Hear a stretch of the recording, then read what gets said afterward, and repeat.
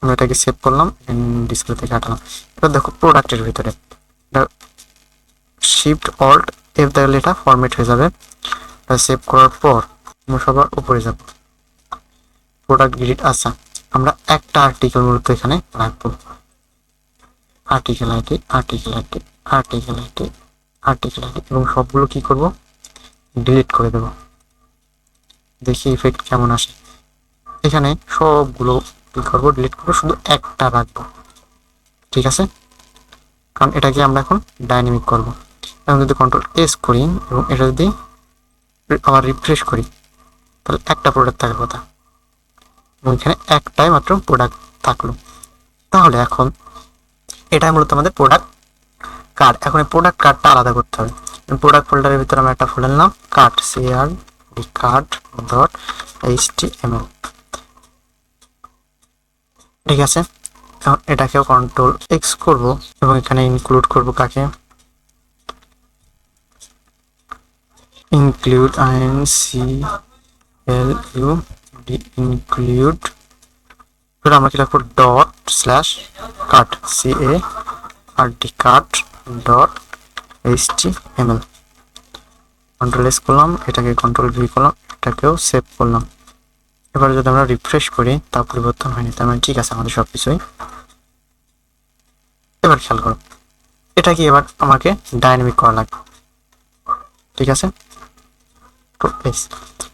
আচ্ছা আচ্ছা, এবার খেয়াল করো, এখানে সামান্য কয়েকটা কাজ আছে, কমপ্লিট করো। আচ্ছা চলো, এবার এটাকে ডাইনামিক করা যায়। তো ডাইনামিক করার জন্য আমার কি, প্রোডাক্ট যতগুলো ডেটা আছে আমার সেই প্রোডাক্ট ডেটাগুলো কোয়েরি করা লাগবে সবগুলো, দেন এর ভিতরে আমি কি এক এক নিয়ে আসবো। তো আমার টেমপ্লেটটা স্ট্রাকচারটা একবার একটু খেয়াল করো, যে আমি টেমপ্লেট বললাম, প্রথমে আছে হেডার, ফুটার এবং home dot HTML। Home dot HTML বলতে হোম পেজ, ল্যান্ডিং পেজ যাকে বলে। মাস্টার ডট HTML হলো এটা একটা বেস। হেডারের ভিতরে কি আছে, ন্যাববার হেডার, এগুলোর কাজ। ফুটারের ভিতরে ফুটারের কাজ, আর বডির ভিতরে যত প্রকারের কন্টেন্ট আছে সব বডির ভিতরে। তার ভিতরে নিলাম একটা পার্ট হলো ক্যারোজাল পার্ট, আর একটা হলো ফিল্টার সেকশন। এখন প্রোডাক্টের ভিতরে দুইটা কার্ড, একটা হলো কার্ড আর একটা হলো মেন প্রোডাক্ট। এখন প্রোডাক্টের ভিতরে মূলত আমরা এখানেও কার্ডটা রাখতে পারতাম, সমস্যা হতো না, তো বেটার হতো আরো। আচ্ছা থাক, আমরা এভাবে দেখি। তো এবার চলো, আমাদের কাজ হচ্ছে মূলত ফোল্ডার স্ট্রাকচারিং শেষ। এবার আমরা ডেটা নিয়ে আসবো আমাদের ফাংশন থেকে। তো আমি সবগুলো অফ করে দেবো, আরেকটার থেকে অফ অফ, অ্যাডমিন সাইড এটাও লাগছে না, মাস্টার সাইডটা লাগছে না, মডেল ডট এটাও লাগছে না। এবার আমরা কি কোথায় যাব, শপে আমি যাব, ভিউতে, এখান থেকে তো রেন্ডার হচ্ছিল না, এখান থেকে না, মাই প্রজেক্টের ভিতর থেকে হোম পেজটা রেন্ডার হচ্ছিল। আচ্ছা ঠিক আছে, আমরা এখান থেকে রেন্ডার করব। তো আমরা হোম, মাই পেজ কোথায়, মাই প্রজেক্ট, ইউআরএল যাব, এখান থেকে এটা কন্ট্রোল এক্স করব। ঠিক আছে, আর এখানে ইনক্লুড করব, তার আগে ইনক্লুড ইনপুট দেওয়া লাগবে, LUD ইনক্লুড, ইনক্লুড। এর ভিতরে আমাদের একটা নাম ছিল shop, shop dot URLS, save করব। ব্যাস এতটুকুই, আর কোনো কাজ এখানে নাই। আচ্ছা এটা আমার লাগছে না, এটাকে সেভ করলাম। এখানে শপের ভিতরে একটা URL ফাইল বানাতে হবে, URLS ডট ফাইল। এখানে from django ডট URLs থেকে ইম্পোর্ট করব পাথ। ঠিক আছে, তারপর URL প্যাটার্ন, URL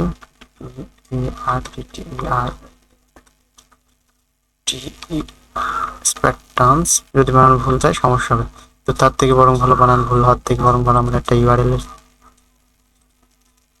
নামটাই কপি করে নিই, কন্ট্রোল সি।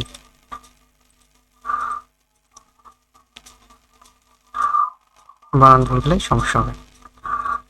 আমরা লিখলাম পাথ, এটাকে ফাঁকা ছাড়লাম। তারপর এবার এখান থেকে ফ্রম ডট থেকে ইনপুট দেব, ভিউজকে V, I W S views কি, ঠিক আছে, এটাকে সেভ করলাম। ভিউজের এখানে এবার আমরা ফাংশন লিখবো, কোনটা, এটা, এবং এখানে কল করব views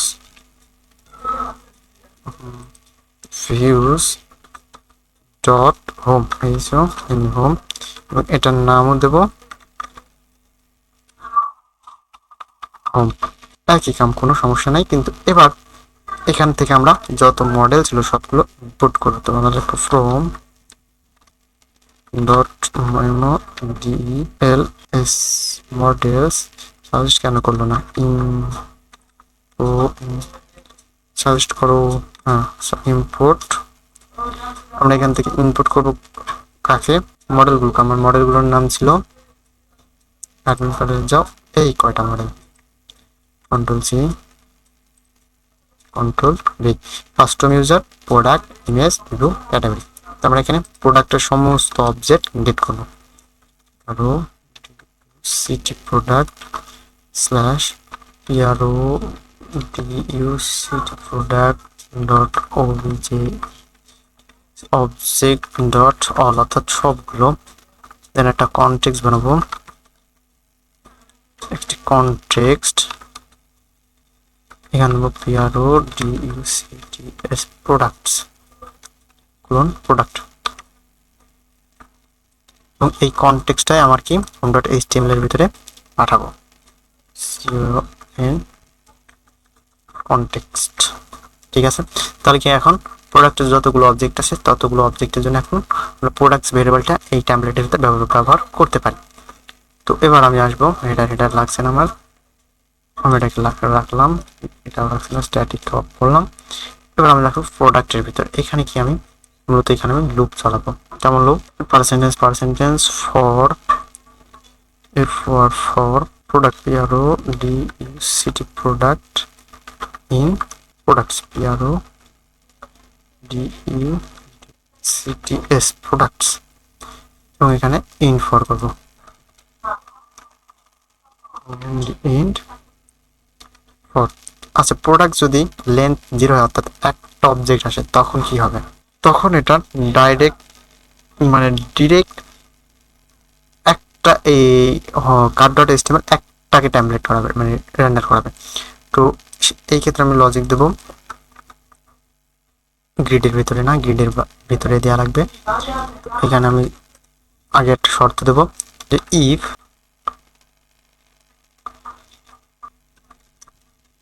PRO D U C T S products pips length যদি বড় হয় 0 থেকে, তখন এটা কাজ করবে। ইলস ইলস এভাবে লিখলে হবে না, জ্যাঙ্গো ট্যাগ পার্সেন্টেজ ইলস, আমরা এটাকে রেপ্লিকেট করব,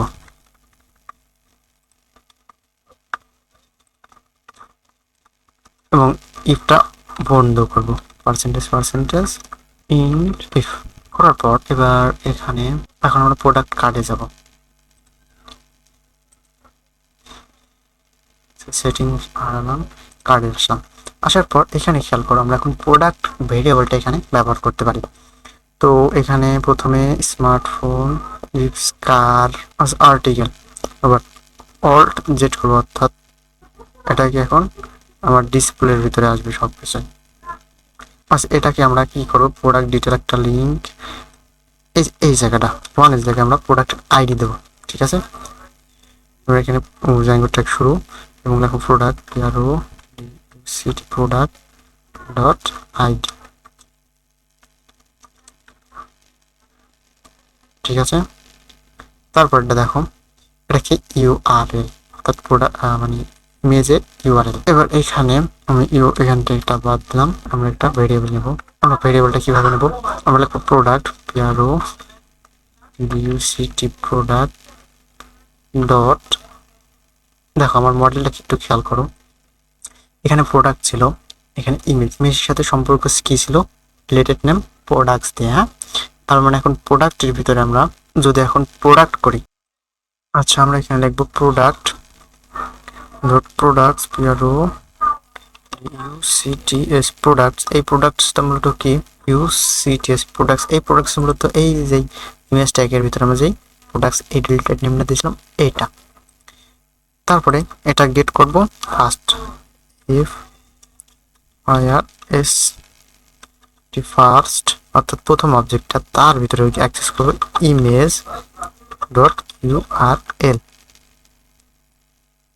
দেখি এটা কাজ করে কিনা। এরপরে দেখো এখানে কি এক্সট্রা আছে, এনটিজি ইনস্টক,